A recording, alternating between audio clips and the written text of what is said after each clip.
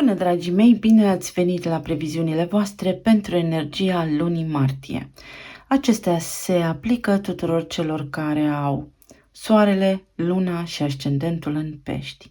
Haideți să vedem împreună despre ce este vorba, întrucât luna martie este de departe cea mai importantă lună astrologică din acest an. Planeta Saturn va intra în semnul vostru, în Pești, pe data de 7 martie.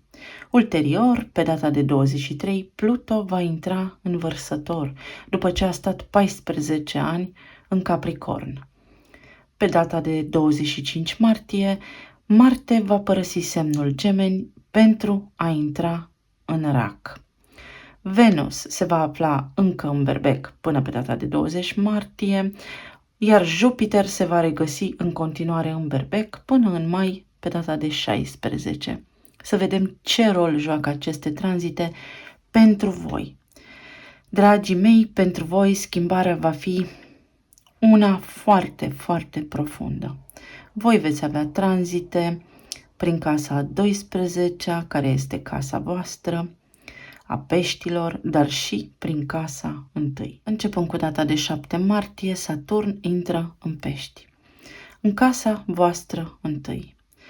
Peștii, voi, sunteți ultimul semn din cercul zodiacal.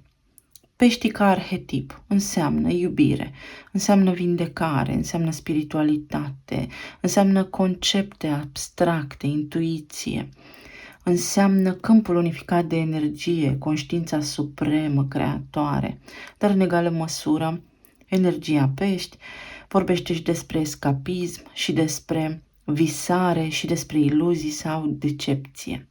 Voi aveți ca și guvernatori atât pe Jupiter cât și pe Neptun.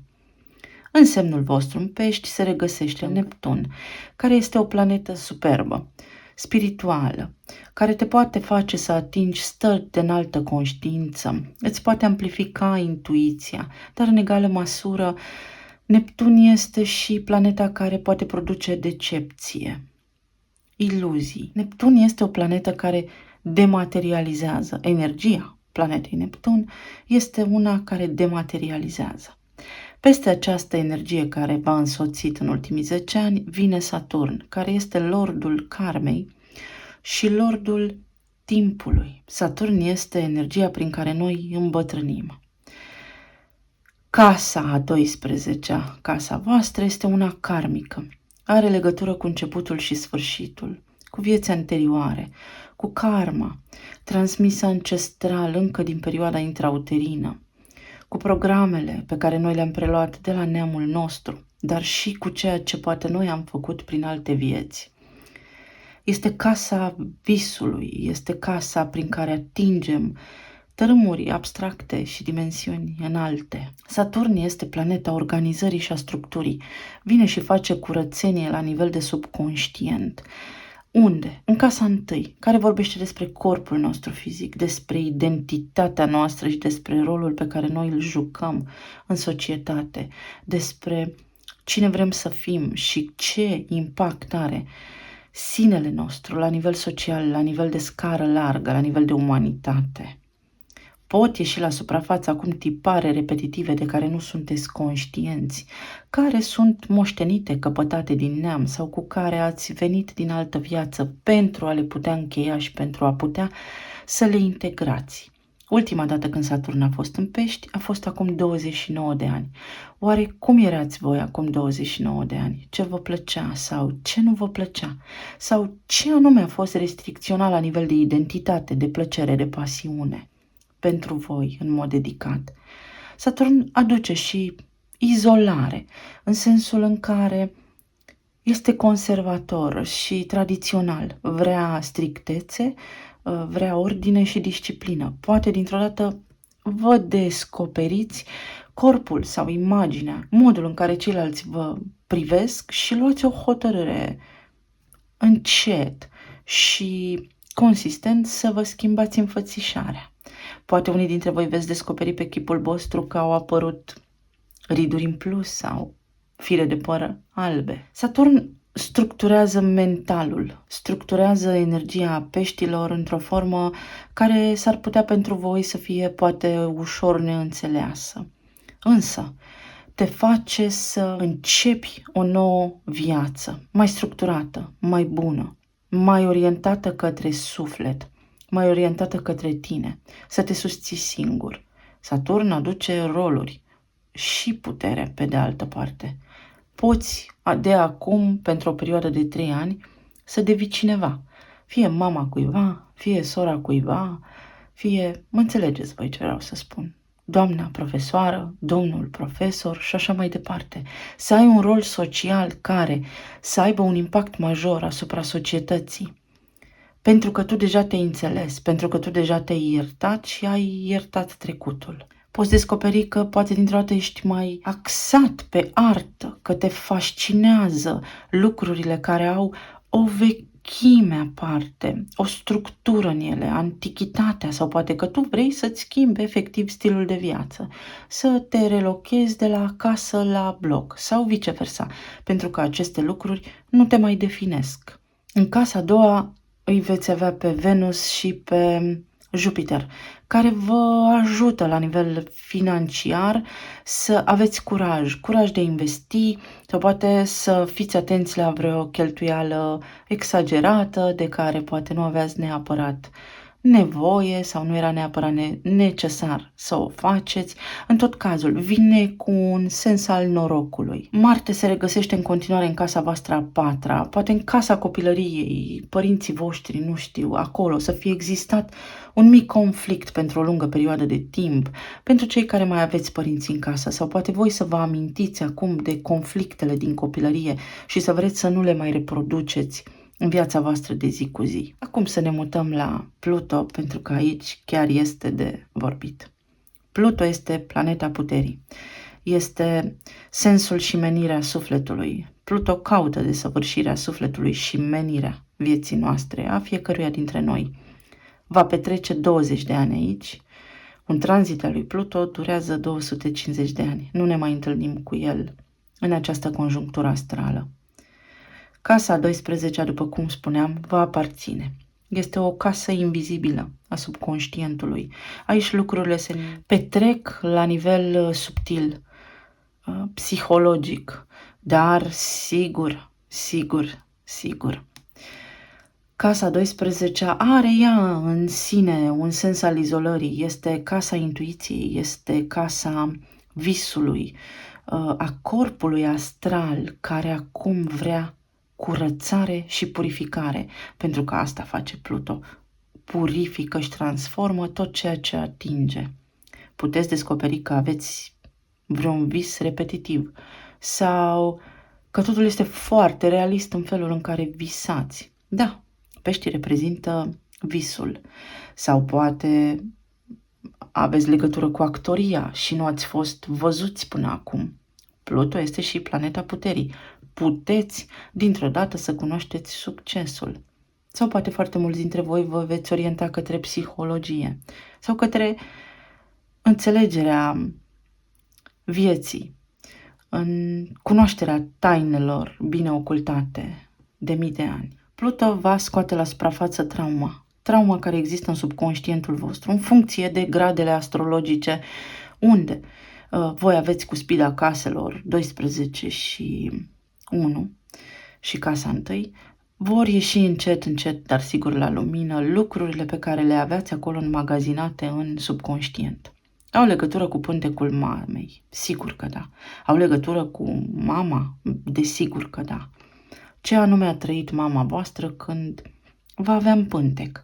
Sau în ce măsură vă asemănați cu mama și cum poate i-ați preluat ei în mod direct fricile sau poate fricile v-au fost transmise pe linie genetică, pentru că noi suntem în vârf de piramidă la nivel de ADN. Suntem o oglindă a întregului nostru neam, o reconectare cu strămoșii, o descoperire a zestrei voastre la nivel de talent pur nativ. Pluto aici vă poate cumva schimba direcția de viață la 360 de grade. Puteți trăi și experimenta un anume sens al izolării cu aceste două planete acum în mișcare, dar vă puteți și reloca pentru totdeauna, pentru a începe o viață de la zero. Vorbim aici despre nebun, despre zero, despre pântecul mamei. Lucrurile pot merge în direcția favorabilă sau pot ajunge în declin, însă voi veți avea puterea să vă uitați în interiorul vostru, pentru că energia voastră este cea care vindecă întreaga lume. Arhetipul pești este vindecarea. Peștii mai înseamnă și sacrificiu de sine. Poate meritat de ceilalți, poate dăruit gratuit. Unde anume vă sacrificați? Pe ce linie genetică a sacrificiului v-ați întrupat și v-ați încarnat? Cine din neamul vostru s-a autosacrificat pe sine? Sau poate cine a suferit puternic de depresie? Sau de ce atingeți voi niște stări de depresie sau de lipsă de vlagă? Saturn în casa întâi vă poate pentru următorii 3 ani aduce o lipsă de vitalitate, poate oboseală sau poate senzația de a vă retrage cumva din viața socială, cu toate că aveți un impact major acolo. Va fi foarte interesant de văzut și veți avea foarte multe lucruri de făcut. Viața voastră se va schimba la 360 de grade, indiscutabil. Haideți să vedem ce ne spun și cărțile. Ce traume pot scoate la suprafață Pluto și Saturn? Curajul acela brut, primar și 15. 6. Alegerea de a fi cine vrei să fii. Pluto te ajută să identifici exact cine ești în subconștientul tău, iar Saturn te va forța. Te va forța pe termen lung să lucrezi la identitatea ta și să devii autentic sau să fii din ce în ce mai autentic până te vei fi definit complet. 15, pe de altă parte, este și cifra diavolului în tarot, care în termeni astrologici descrie Capricornul. Capricornul este semnul astrologic care administrează, care are totul sub control. Este momentul ca de acum începând să îți asumi responsabilitatea vieții tale, să te transformi din copil în părinte sau din copil în adult. Cum o vei face? Te vei mai ascunde în subconștientul tău sau îți vei însuși viața? Îți vei asuma responsabilitatea pentru viața ta. Pentru că sunt aici lucruri și traume din copilărie care te-au blocat să faci pași înainte.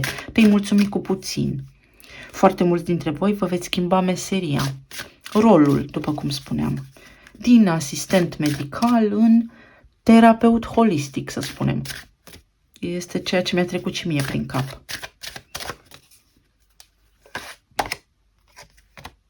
Sexualitatea, 4. 4 este o cifră a restricției. 4 este și o cifră karmică. Poate unii dintre voi aveți de face cu abuzuri sexuale, poate da, poate nu, pe care poate le-ați suferit în copilărie sau ați fost martor sau poate cineva din neamul vostru a suferit aceste lucruri, iar voi acum să fiți pudici, iar viața voastră sexuală să fi fost posibil neîmplinită. Sexualitatea în sine este reprezentată de Scorpion în arcul zodiacal, al cărui guvernator este Pluto, care acum va săpa puternic în subconștientul vostru să vadă de ce fie aveți un apetit poate foarte ridicat sau foarte scăzut.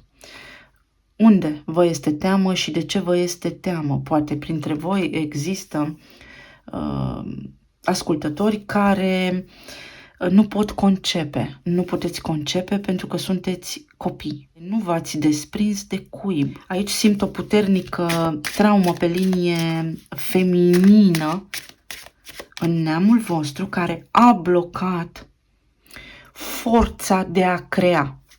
Pluto în casa 12 este materializare, dar materializare într-o clipă, cum să vă spun, gândesc și primesc. Nu aveți consistența de a materializa. Poate aveți mai multe arii și zone din viața voastră în care v-ați răspândit și risipit energia. De această dată, Saturn vine concret și spune este momentul să facem treabă. Trebuie să te organizezi, trebuie să ai grijă de tine. Foarte mulți dintre voi veți pierde în greutate. Poate fi de bine, poate fi mai puțin satisfăcător acest lucru, voi știți.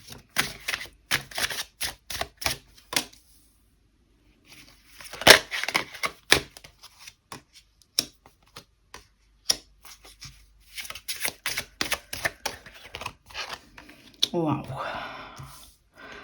Darul prevestirii, darul anticipării, darul clarvederii, intuiția. Foarte mulți dintre voi nu sunteți în acord cu intuiția voastră, nu sunteți aliniați la energia creatoare. Voi sunteți aliniați la lumea materială care v-a subjugat și v-a dominat. Iar acum Pluto vă dă puterea ca voi să vă creați propriul destin. Propriul destin ni-l creăm de altfel singuri, însă voi nu sunteți conștienți mai mult decât celelalte semne de acest lucru. Aici am triumfuri mici, realizări mici. Nu aveți încredere în voi și vă mulțumiți cu lucruri mărunte. Mi-este foarte cunoscută energia peștilor, sunt înconjurată de ei. Este o energie care se risipește. Vreau de toate, n-am o limită. Pentru ca mai apoi totul să-mi devină nefolositor sau să-mi pierd foarte repede interesul. Să nu pot pune în concret ceva palpabil. Aici am regina albină. Este vremea să încep să îmi asum viața, să comand, energiei să se manifeste în planul fizic așa cum vreau eu, să îndrăznesc, să am curaj, îndrăzneală, Trandafirul roz al speranței. Voi sunteți visători și într-adevăr sunteți cei care foarte des și prin energia voastră colectivă deschideți portaluri energetice, cuantice, pentru ca umanitatea să supraviețuiască și să rămână aliniată la vibrații înalte. Dar în egală măsură sunteți martori la aceste procese subtile și fine în planul eteric.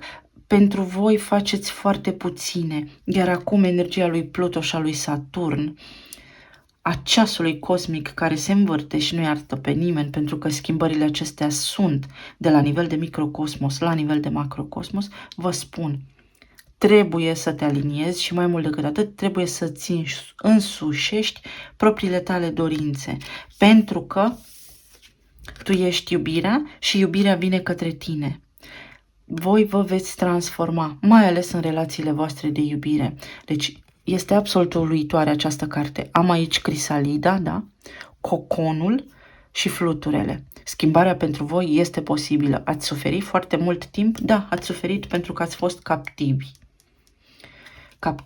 În credințele voastre, în credințele transmise. Dar veți primi darul din partea neamului invizibil, psihologic, cu Pluto în casa 12, prin somn, veți vedea, veți înțelege, veți visa tot ce a însemnat neamul vostru, veți auzi, veți primi mesaje care pot prezice ce anume viața voastră. Darul 23, schimbarea. Pentru ca voi să puteți naște o nouă viață, în permanență să renașteți, în permanență să aveți parte de ceva nou, în permanență să vă reconstruiți, în permanență să vă reclădiți, să scoateți tot ce aveți în subconștient care vă poate bloca. Pentru că există traumă, v-am spus aici în neam, mai ales la nivel de iubire și mai ales la nivel de chakră de bază. Culoarea roșu este, după cum vedeți, reprezentată pentru toți, până peste tot, până și șoricelul are pantofii roșii. Gândiți-vă la basmul, povestea, cum vreți să-i spuneți, Vrăjitorul din Oz. Basmul Vrăjitorul din Oz pentru voi este foarte important. Puteți să vă uitați ca adult fiind sau să citiți cartea cu mintea de acum și veți înțelege lucrurile la un nivel filosofic, psihologic și spiritual mai înalt. Să vedeți cum cu energia voastră voi veți susține omenirea să nu se robotizeze, să nu se dezumanizeze, pentru că voi reprezentați liantul între lumea materială și eterică și spirituală. Veți avea parte de foarte multă iubire în momentul în care veți crede că meritați.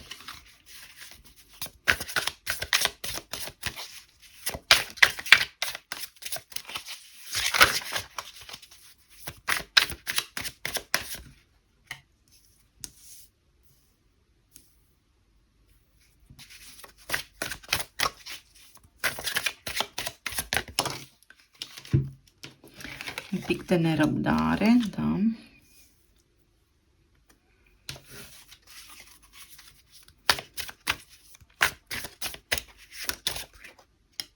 Oh, foarte frumos. Da, dragii mei, pentru voi avem aici curățarea karmei de neam și eliminarea tuturor traumelor pe care voi le-ați suferit încă din copilărie până acum. Implicit, prin vindecarea voastră, vindecați întreaga linie ancestrală. Cu acordul vostru, evident, se vor întâmpla toate aceste lucruri, ba mai mult decât atât, acordul l-ați dat la întrupare. Ce avem aici? În primul rând, 2 de bâte care spune este nevoie să ai o strategie, să îți faci planuri pentru o viață organizată, pentru a-ți schimba viața, pentru a-ți structura viața, pentru a nu mai umbla azi, aici, mâine, colo, pentru a nu ști exact care este direcția ta în viață. Direcția ta în viață este credința. Ce fel de credință? Încrederea în tine, încrederea în creație, încrederea în strămoșii tăi că au știut ce fac și iertarea trecutului. Închizi un ciclu foarte, foarte, foarte puternic karmic. Casa 12, casa voastră este karmică. 2112 se uită în oglindă. Și 21 este controlul. Prin 21 lucrurile capătă viață, da? O nouă viață, o închidere de ciclu, dar și un nou drum care se află aici în fața voastră pentru voi, o nouă linie temporală, se deschide un nou portal energetic, cuantic, complet diferit față de tot ceea ce voi ați știut despre voi până acum. Avem pajul de bâte, planuri, strategie, încrederea că veți reuși, aveți susținere energetică să porniți la un alt nivel la drum. Pluto, învărsător, transformare. Prin acest tranzit, întreaga umanitate se schimbă următorii 20 de ani, până în 2044, voi îl veți avea pe Pluto în casa 12. Iar aici va trebui să dezmembrați efectiv din corpul vostru energetic și să curățați din corpul vostru energetic toți ciulinii, toate convingerile, toate blocajele pe care le aveți. Viața voastră va continua ca și până acum. Va fi totul sub o formă sau alta absolut normal. Să spunem că vă mutați de la bloc la casă. Wow, o reușită. Foarte bine. Dar vă veți trezi că acolo sunteți singuri, că poate nu vă înțelegeți cu vecinii sau că poate vecinii sunt retrași, etc. Ei, acel proces înseamnă o ușoară izolare. Înseamnă că este timpul să vă vedeți de viața voastră și să nu mai risipiți energia pentru ceilalți. Sau că poate copiii voștri pleacă peste mări și peste țări. Este timpul să deveniți voi copil și să vă vindecați voi pe voi. Sau să aveți grijă de voi ca și de copiii voștri, nu într-o notă de sacrificiu, ci într-o notă de responsabilitate. La relația de iubire este momentul să luați o decizie și să trăiți ulterior cu decizia luată.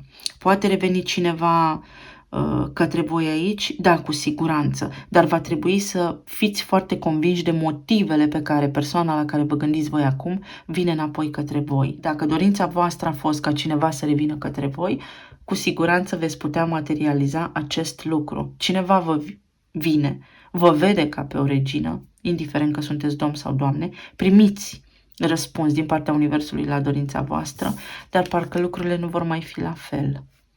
Sau poate vă veți da seama că da, a venit, dar mie nu mi mai trebuie. Sau nu era ce îmi trebuie mie.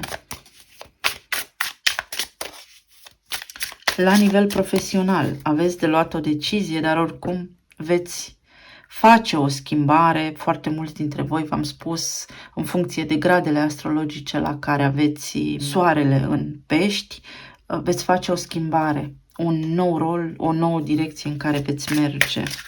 Foarte mulți dintre voi aveți acum capacitatea de a relua niște studii, ceva ce s-a întâmplat acum 29 de ani. Ce vă fascina atunci?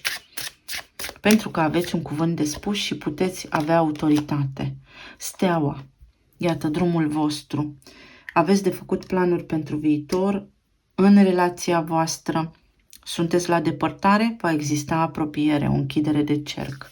Dar va trebui să conștientizați dacă relația voastră este ceea ce trebuie sau nu. Dacă nu conștientizați voi, Pluto este turnul în tarot. Lumea.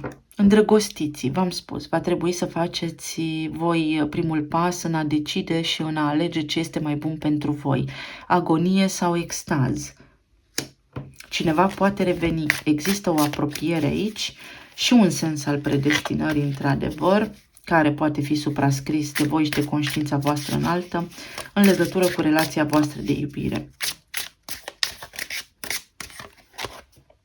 Cavalerul de bâte.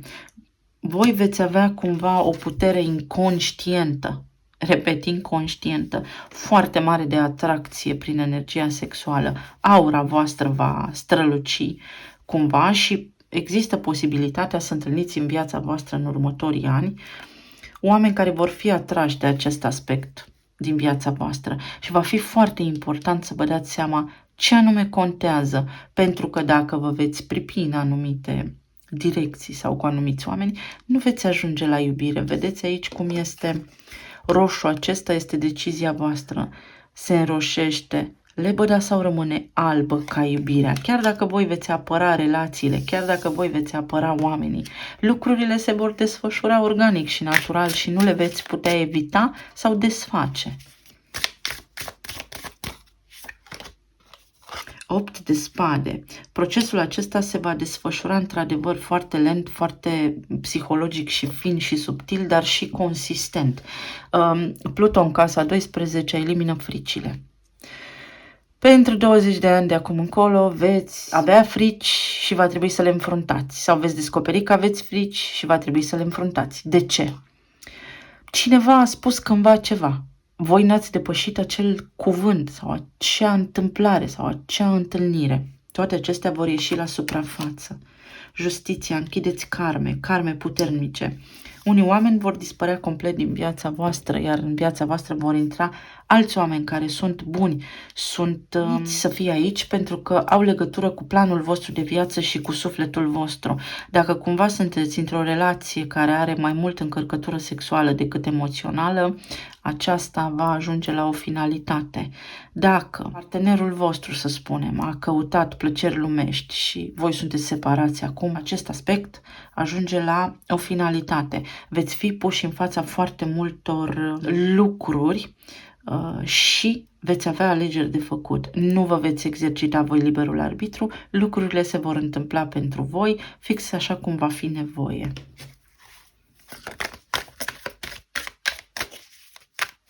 Foarte mulți dintre voi veți găsi soluții miraculoase la niște condiții medicale pe care le aveți. Magicianul. Voi sunteți magicianul în acest context cu Pluto în casa 12, doar că nu sunteți conștienți încă de aceste lucruri și de puterea pe care o are energia sau ce înseamnă energia și cum să lucrați cu ea.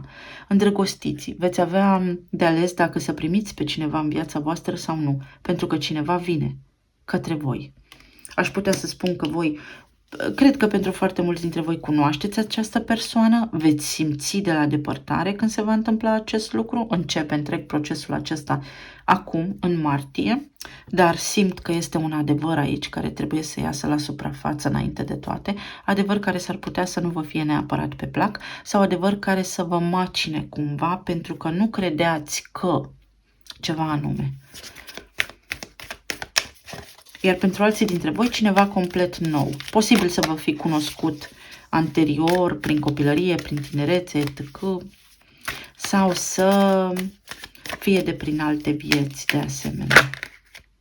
Cineva care vine încet și sigur. 9 de spade. Poate foarte mulți dintre voi veți descoperi că, nu știu, sau aveți frica aceasta, sunteți pudici, aveți frica aceasta că poate nu sunteți suficient de atrăgători. V-am spus, Saturn intră în casa întâi și vă veți redescoperi acolo, wow. Și la nivel de siluetă, și la nivel de, nu știu, chip frumos, chip luminos. 9 de bâte. Aveți prea multe răni, și prea multe frici. Sunt absolut convinsă că partenerii de viață din viața voastră au o asemănare foarte puternică cu unul dintre părinții voștri, foarte puternică, la nivel de obiceiuri, la nivel de deprinderi. Va trebui să conștientizați acest lucru. Când voi veți conștientiza acel lucru, dar din suflet și puternic, energetic, veți proiecta, iar partenerul vostru de viață are la rândul lui ocazia să se redreseze. 10 de spade și să eliminați atât voi cât și partenerul de viață această nebuloasă. 10 de spade este Neptun în pești, nebuloasa. Frica și să vă produceți vindecare. 9, sunteți la închidere de cicluri karmice, dragii mei. Pentru foarte mulți dintre voi, omul care vine înapoi, v-am spus, nu va mai fi conform cu așteptările voastre și veți intra pe o altă linie temporală unde vă veți transforma și vă veți respecta și altcineva va veni către voi. Puterea 11 este în acest set, liberul arbitru. Puterea de a-mi asuma viața, puterea de a înțelege că nu mai sunt un copil, că sunt un adult, puterea de a lua propriile mele decizii. Puterea este o carte interioară, puterea voastră va veni din interior. 5 de cupe. Abandonul, poate puterea pe care și-a exercitat-o asupra voastră în trecut cineva care abuza, da, la nivel de putere emoțional de voi sau poate avea vreo dependență foarte toxică și se transforma atunci când poate să spunem era sub efectul alcoolului. Asul de monede, un nou drum stabil și plin de iubire. 4. Da, va trebui să depuneți efort pentru asta. Lucrurile nu vor pica din cer. 4. Schimbarea poate fi anevoioasă, în sensul că voi va trebui să renunțați la ceva, va trebui să conștientizați, va fi de lucru interior, de îndepărtat durerea, de îndepărtat regretul. Aveți regrete, nu mai regretați trecutul, pentru că trauma din trecut v-a făcut cine sunteți astăzi și vă dă acum oportunitatea să străluciți, să fiți această nestemată, unică și valoroasă, fără de care lumea în care trăim nu ar exista. Foarte bun, reușită foarte, foarte bună. Și voi veți face lucrurile să se întâmple.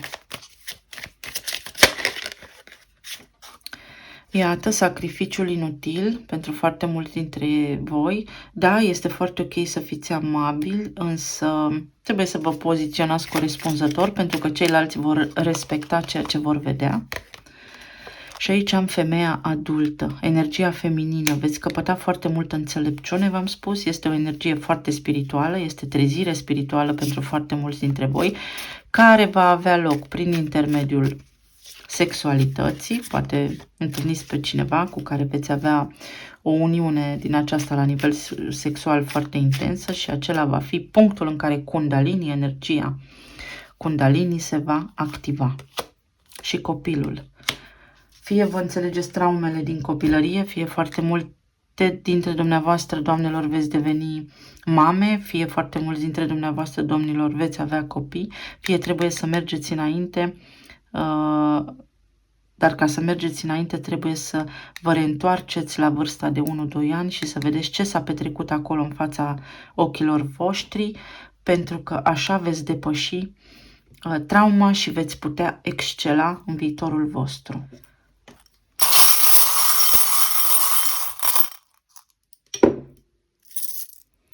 Abundență, iată, asul de monede, trandafirul și iubirea, care vine prin energia lui Pluto, În casa voastră a 12-a învărsător, iubirea, care este cumva sub o formă sau alta atipică. Văd că foarte mulți dintre voi faceți parte dintr-un trio amoros. Acesta va fi complet desfințat.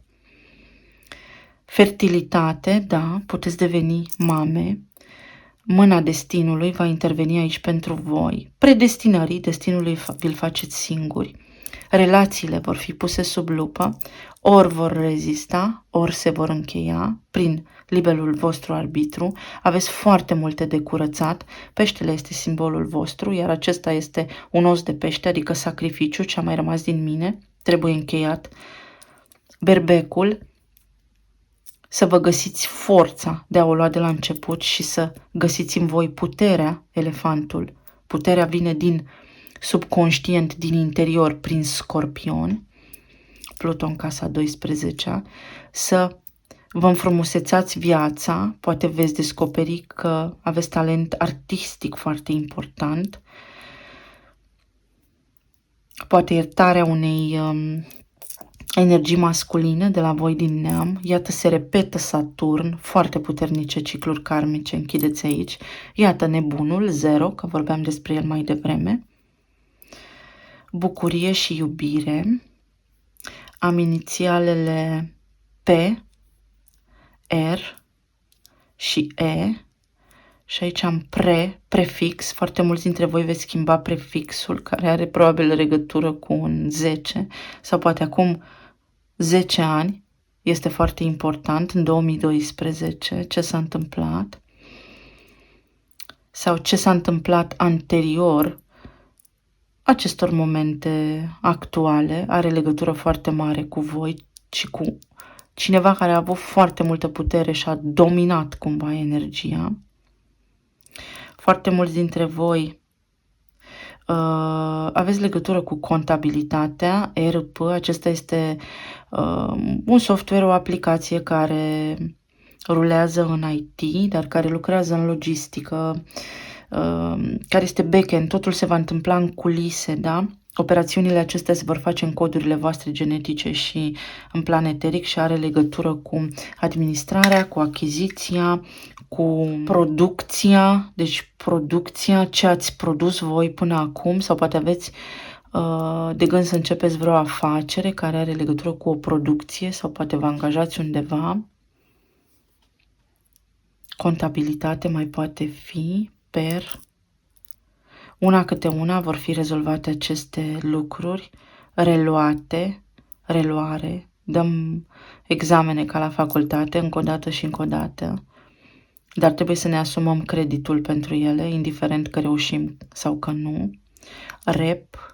Repede, deci foarte multe dintre aceste lucruri se vor întâmpla așa dintr-o dată pentru voi, nu repede ca timp, ci dintr-o dată veți fi surprinși. Mai avem inițiala D, pred.